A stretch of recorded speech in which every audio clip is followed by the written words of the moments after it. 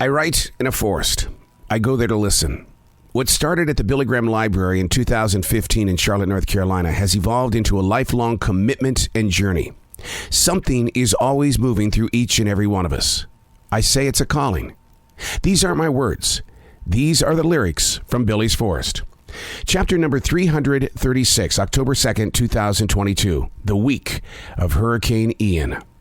Although this tiny forest didn't take a full head-on punch, the tropical side of Ian did its fair share of ripping leaves off the trees and dropping the weak limbs to the anxious, awaiting ground below, waiting to devour each and every limb.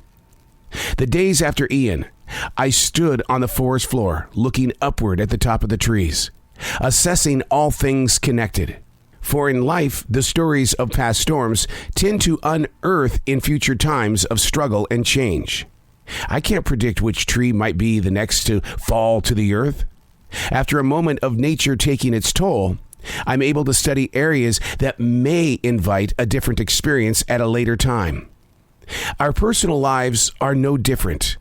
How we act and react in public gatherings is no different than trees in a forest.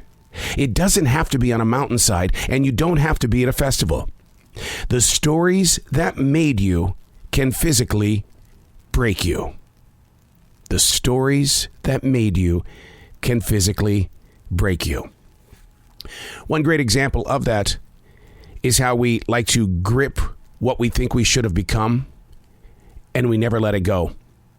And everything that we evolve into after that dream falling apart was poisoned because the stories that we carried with us broke us.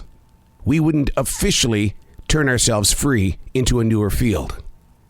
You know, we've always heard those stories where they take a horse or a bull or even a dog and they set them free in an open field, a new field, where they can just take it easy in life. But we don't want to be that generation of people where when we get older, it's not that we want to take it easy. We just want to be free. But the strangest thing about being free as you get older is that it opens up your life, yes, but then you crowd it up with little things, and now you're back to where you once were. The stress of having to keep up. The stories that break us. That was just one example, but what about other things in your life? What is it that you are holding on to in your heart that refuses to let you become who you need to evolve into? I'm always reminded of Yoda in Star Wars, an ancient man with so many wise lessons in life. It didn't come to him being somebody who serves food at a restaurant. He didn't become wise in his generations because he chose to be, I'm going to be a fighter, and I'm going to stay a fighter, and I'm always going to be a fighter. It's like broadcasting. I always call myself a broadcaster of 44 years, but broadcasting is not podcasting. Yet my heart is telling me, yes, it is. Yes, it is. You're still broadcasting. No. Let it go. Let it go. What are the labels that you're carrying with you that are costing you time? It's breaking you.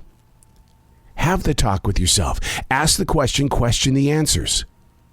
And then set yourself free. Start living your life. Stop living your past. I'm Errol. These are not my words. These are the lyrics from Billy's Forest.